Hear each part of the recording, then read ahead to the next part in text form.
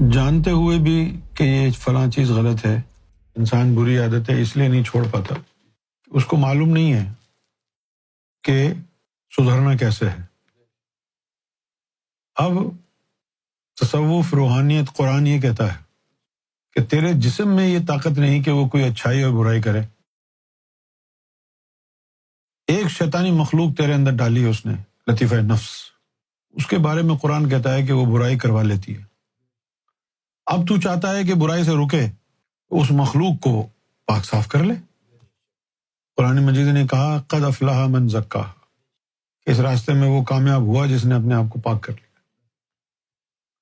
توبۃ النصوح بھی اسی کی ہے کہ جس نے اپنے نفس کو پاک کر لیا۔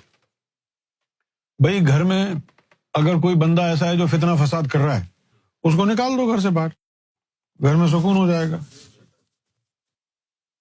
کراچی میں ایک ہمارے دوست تھا، اس کی 3-4 بہنیں تھیں، تو اس کے والدین نے بڑی بہنوں کو تو ہاتھ نہیں لگایا، وہ جو سب سے چھوٹی تھی اس کی شادی طے کر دی۔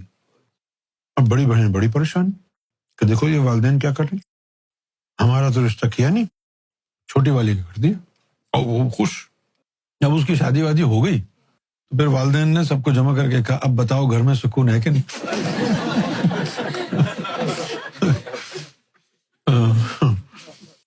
تو یہ چھوٹی بہن جو ہے اس کو پاک کرنا ضروری ہے نا، یہ جو لطیفہ نفس بیٹھا ہوا ہے، اس کو جب پاک کر لیا تو پھر برائی کرانے والا ختم ہو جائے گا۔ لیکن مصیبت یہ ہے کہ اسی کو پاک کرنے کے لیے 30 پارے اترے تھے، اس نفس کو ہی پاک کرنے کے لیے 30 پارے اللہ نے اتارے نا۔ جس سے تمہیں نفس پاک کرنا تھا اس میں تمہیں ٹکڑے ٹکڑے کر کے 72 کر کے بنا دیے۔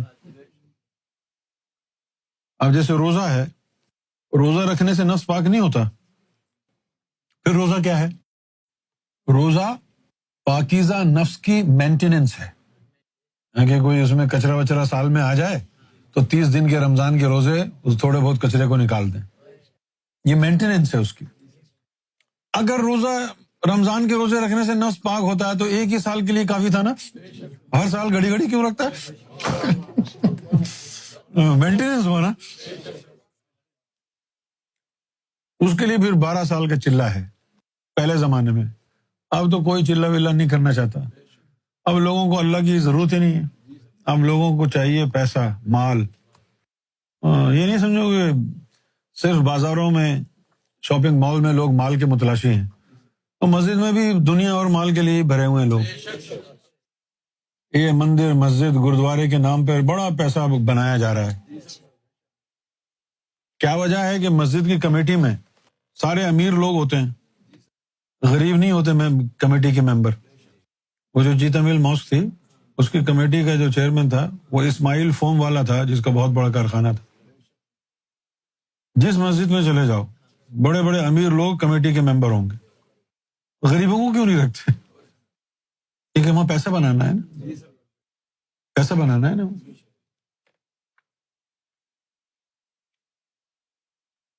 تمہارے عالموں میں سے ایک مولوی ایسا عالم نہیں ہے جو یہ کہے کہ آؤ میں تمہیں نفس پاک کرنے کا قرآن و حدیث کی روشنی میں طریقہ بتاؤں۔ ویسے تو بڑے قرآن و حدیث کے حوالوں کی بات کریں گے، لیکن یہ ہے نا قرآن۔ قرآن کہتا ہے کہ نفس برائی کا امر کرتا ہے، پھر قرآن نے کہا جس نے اپنے نفس کو پاک کر لیا وہ کامیاب ہوگا، اور وقت خواب من دساہا، اور جس نے اس کو بگاڑ لیا وہ ناکام ہوگا اس راستے میں۔ اب وہ نفس کی مینٹیننس کے لیے مختلف طریقے ہیں۔ ایک طریقہ نفس کی مینٹیننس کا جو ہے وہ زہد ہے، عبادت ہے، مشقت ہے، لیکن وہ ٹائم زیادہ لیتا ہے، جیسے ٹیبلٹ ہے اور انجیکشن میں فرق۔